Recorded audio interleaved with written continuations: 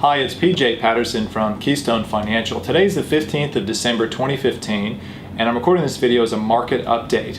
There's a lot going on in December. Specifically tomorrow, or the 16th in the US, which is in 2 days' time, the Federal Reserve will meet to determine whether they're going to raise interest rates. There's been a lot of talk about this over the last year, even longer, that the Federal Reserve in the US is going to be raising interest rates.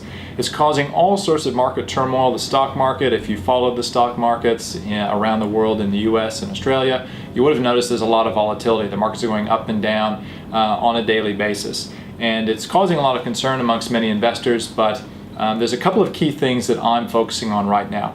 For those of you that pay attention to gasoline prices and petrol prices, then you would have noticed that the oil price has fallen from around the beginning of the year. It was about $80 US a barrel. It's fallen to about $35 US a barrel.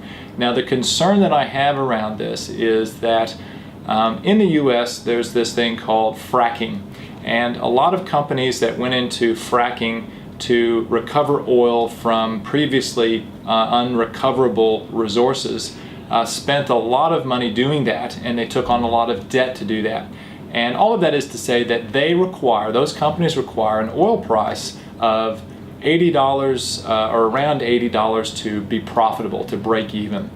So you can imagine with oil at $35 a barrel, a lot of those companies are in really bad shape. Their balance sheets would be a mess, and they are probably teetering on bankruptcies. In fact, we've already started to see some of that begin to happen. Now, what that may do is it may flow on to corporate debt and the junk bond market, which we saw a fund in the US just this week or late last week announced that they were closing. So some of that carnage is already starting to happen.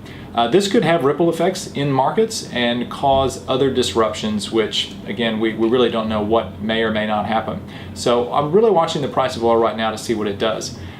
We still are in a very deflationary environment. A lot of the commodity complex, so for those of you from Australia that are watching this video, you know the iron ore price has dropped significantly this year, and we've seen other deflation in a lot of other commodities. This is signaling to us that consumers simply aren't demanding the amount of goods and services that they have previously. One of the main reasons for that is the world is still awash in debt. Personal balance sheets, consumer balance sheets are very unhealthy, and many of the sources that I read and use to formulate my investment thesis suggest that the stock markets in the world and the markets in the world are fairly unhealthy. So what are we trading on at the moment? Well, we're trading on confidence. People's confidence in the system, in the Federal Reserve, and in the central banks of the world to keep this all put together. My concern right now is that we may be staring down an event which could disrupt markets, which is why my view is to be patient right now, wait for opportunities to deploy capital, and probably sit tight until the new year. So until the next market update, I'm PJ Patterson from Keystone Financial.